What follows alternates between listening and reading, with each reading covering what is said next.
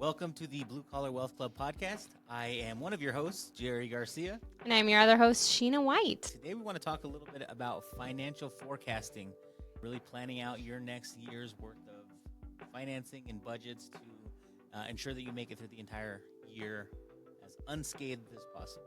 Yes. And, there's a million different ways that you can do your financial forecasting. I've seen many different ways of doing it.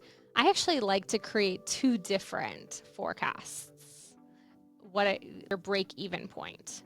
Hypothetically speaking, say maybe we stay exactly the same as we were the year before. So we don't grow. Like, what is your kind of, I like to call it the worst case scenario budget or like your break-even budget. But then what if you actually hit your goals? You want to grow by, we'll say 10%. What happens if we grow by 10% the next year? What does that look like in our forecasting? What kind of capacity needs do we have? Things like that. Where do we need to invest?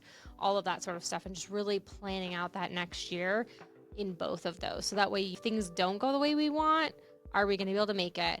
Things do go the way we want. Okay, when are we going to need to make those investments into humans and into equipment and all that stuff?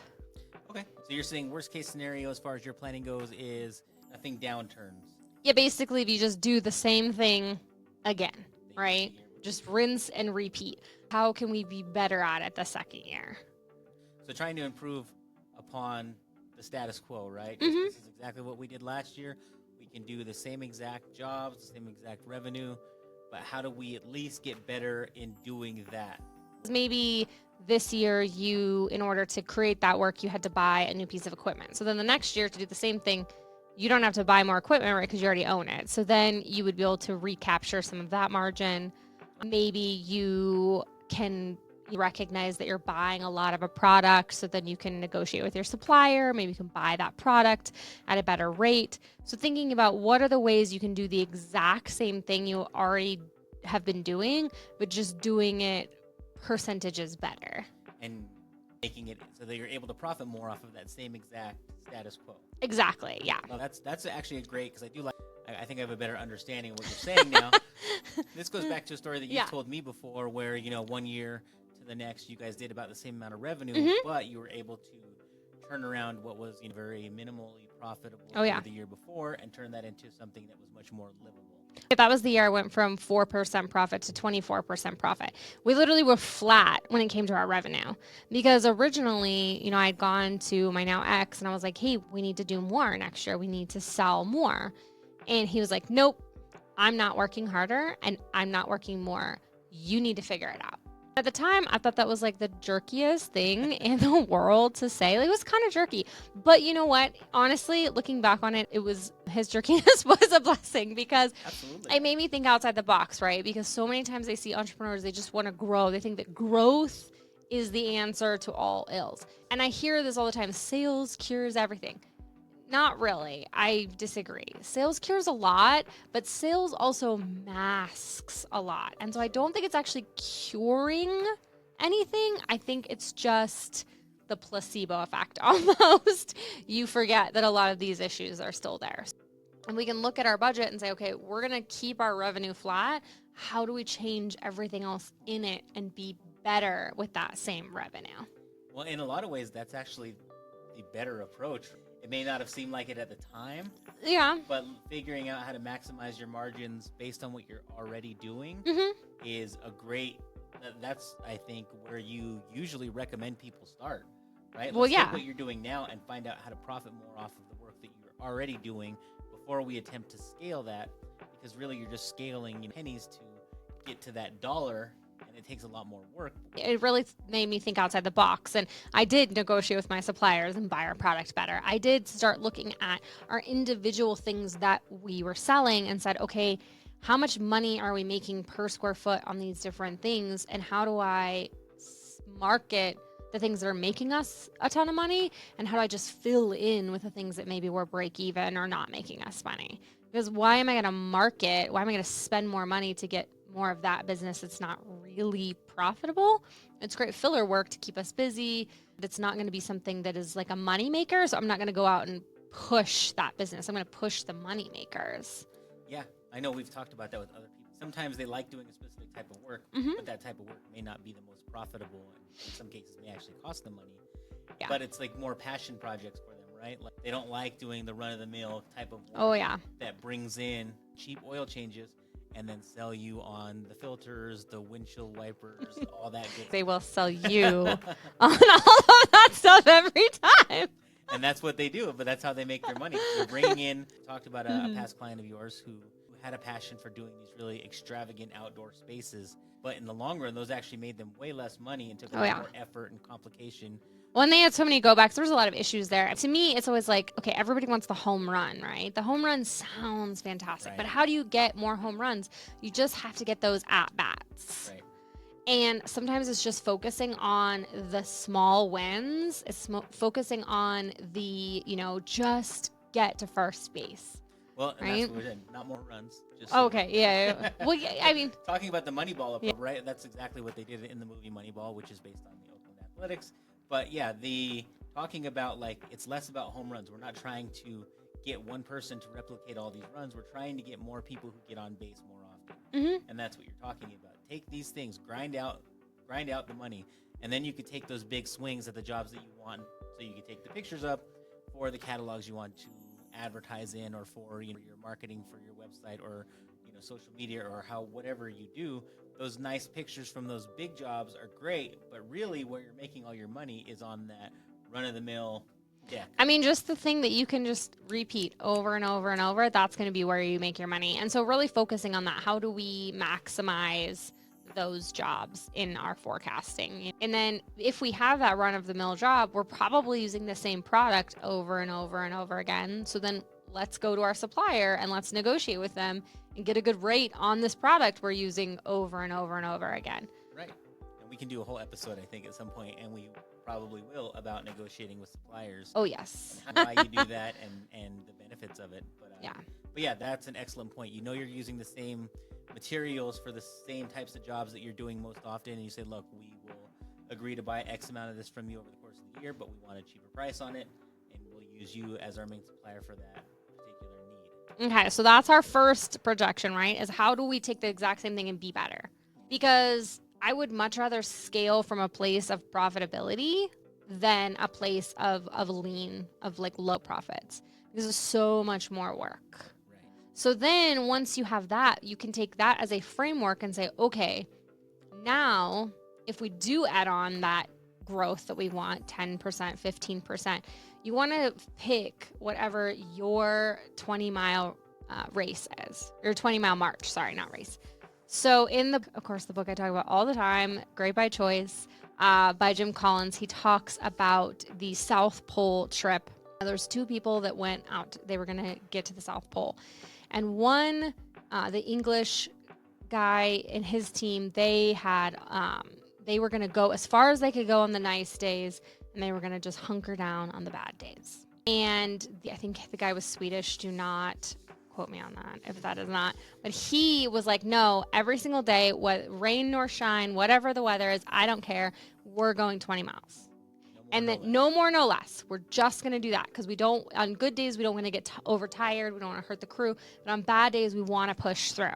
And because of this and a whole bunch of other stuff that Jim Collins goes really into in the book, the 20-mile march guys made it to the North Pole or the South Pole first. They made it back. They survived. The other guys did not. They did not make it. Well, they made it, but they made it second, and they did not make it back. And it was bad news bears. But in this, you can really think about in your business, you want to go a certain distance. You want to grow a certain amount, but too little growth and too much growth are both not great. Too much growth, it really can undermine the foundation of your business. It creates a lot of chaos. It can be really expensive and hard to fund. I mean, there's a million reasons why too much growth too fast is actually really dangerous for your business.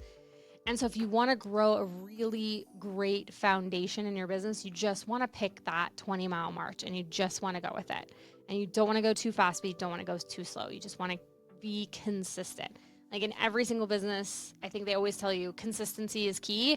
And in growth, it's the same thing. You want to create that consistency so that you can grow in a way that's sustainable.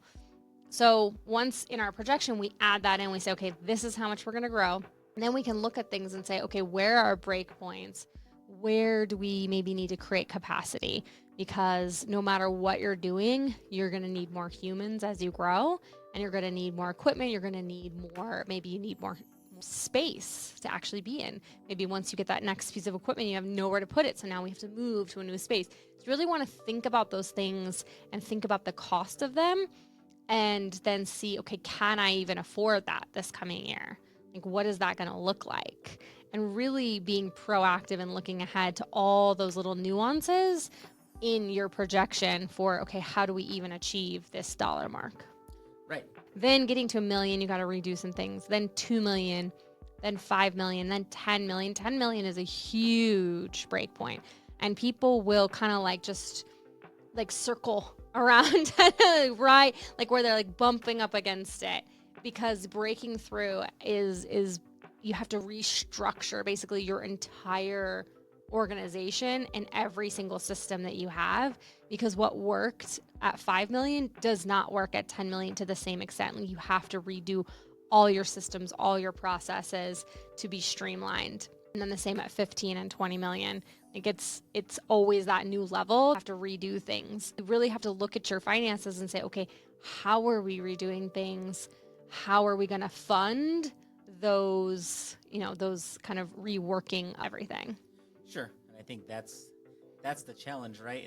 And if you're winging it, if you don't have somebody that you're relying on to kind of push through these items, it's more trial and error.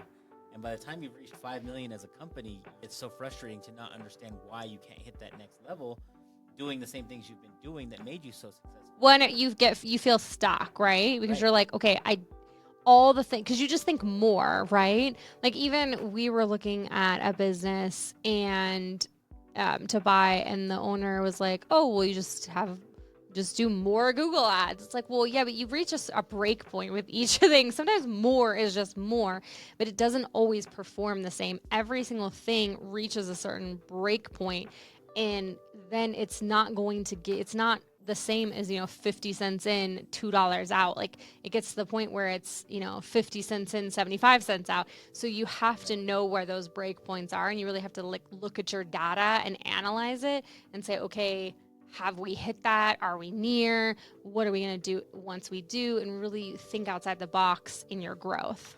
Well, there's a reason why financial institutions, banks, lenders look at the 2-year history of your business, or 3-year history of your business right before agreeing to finance, because they want to see that history. They want to see you go through full cycles.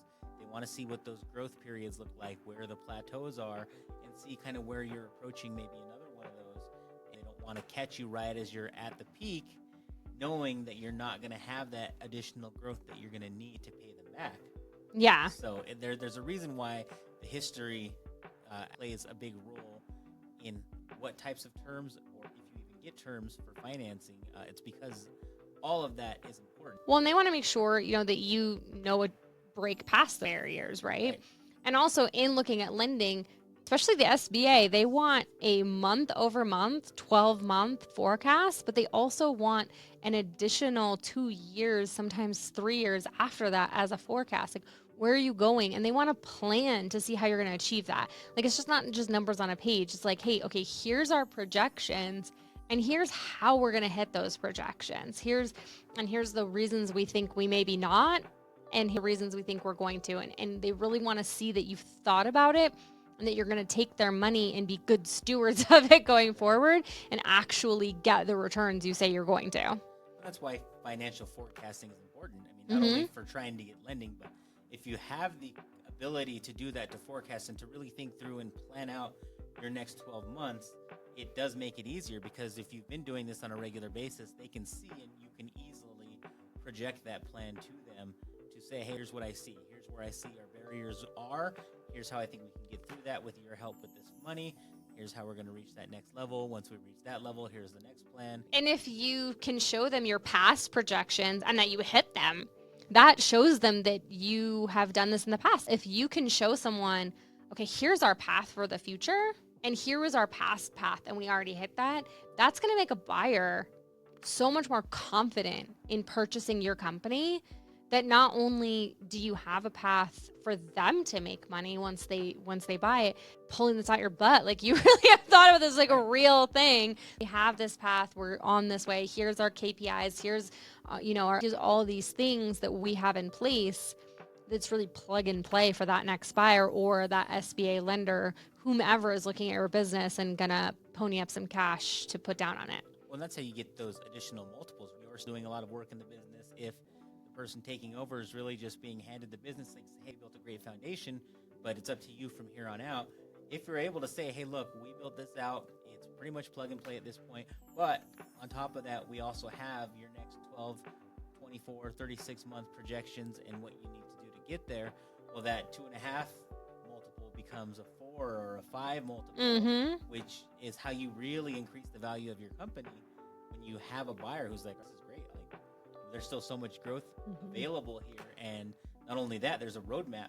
And I can look at these folks who've taken this business and I can see, here's where it was when we bought it. Here's what we planned. Here's what we did to meet that plan. And here's why we've planned it this way moving forward for you. And there's just a lot more credibility there once you can prove that you've done it before. Yeah. Well, and then too, you have the ability to, like, you're kind of giving them the keys to the kingdom, right? And you're saying like that they have to do less work to make more money, which everybody likes. And I always say that everybody should have their business in saleable condition, no matter if they plan to sell it or not, because you don't know what tomorrow brings and something could happen and you want to sell, right? It's your greatest asset. It should always be ready to sell. Just like your home, you should technically always be ready to sell it, right? You don't know if maybe tomorrow you're going to get an amazing offer, have all this stuff happening that you have to get your house ready to sell. It's the same with your business. You want to have it ready to go, even if you have zero intention of ever selling it. And one of the things that a potential buyer looks for is a path forward to success. And do you have that vision for the future? That BHAG that you're going for? What's the purpose of your company outside of just the widget? And do you have a path to get to that place? You can show that to them, the more that they're going to be on board, because it's less like brain work for them to try and figure out. Well, it's protection for your family, right? If you're somebody who owns a business and you're the primary earner, or even if you're not, but even if you're the secondary earner, but if you are an earner that is required to allow your bills to continue to be paid in case something happens, to be prepared is to have that business in a saleable condition so that if it has to go on a quick, this needs to happen sooner rather than later, there's less preparation, less work that needs to be done. Somebody can come in and help you and say, hey, this business has been in good shape. We've been working on this for years. I can turn this around and get it sold here in the next few months for as much money as you could possibly hope for. That's the biggest thing that I like in my projections is they help me reduce my stress.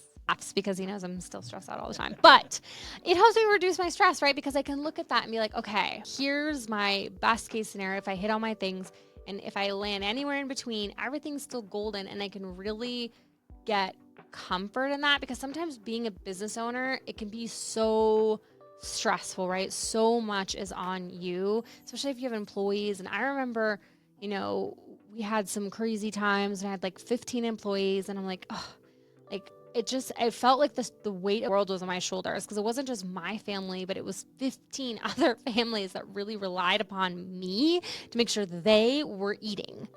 And that was stressful. And so having those projections and having those budgets, it was, in a way, and maybe I'm a total weirdo in saying this, but in a way it was like a warm hug, and it was like a nice comfortable blanket. Just be like, we're gonna be okay. We know what we're doing, and we have the projections, and we have the plan to make sure that we can be solid and everybody's gonna eat. I think that's one of the things that makes you a good business owner, though, is caring that those other people are relying on you to eat, and caring enough that you want to succeed not only for yourself but for them, to make sure that they have no worries and losing their job and being in a terrible financial situation. So that would be the worst. Yeah, no thanks. Yeah. I mean, not everybody has that same compassion or empathy. So I think having those qualities, it adds a stress to your life, but it's ultimately the sign, I think, of a good business owner. But that's why I have my projection. They're my security blankets. KPI babies. My KPI babies, yes. And I know a lot of times it just feels like numbers on a page, but I'm telling you, once you get into the habit, it can be so much more than that. And it can be such a useful tool for your business and for your own sanity. I think that was a very deep dive into the financial projections, but I think that's great. These are just the foundational tools you can use to really grow your business the right way and make sure that it's there for a long time to come. Yeah. Well, thanks so much for joining us, and we can't wait to see you next time on the Blue Collar Wealth Club.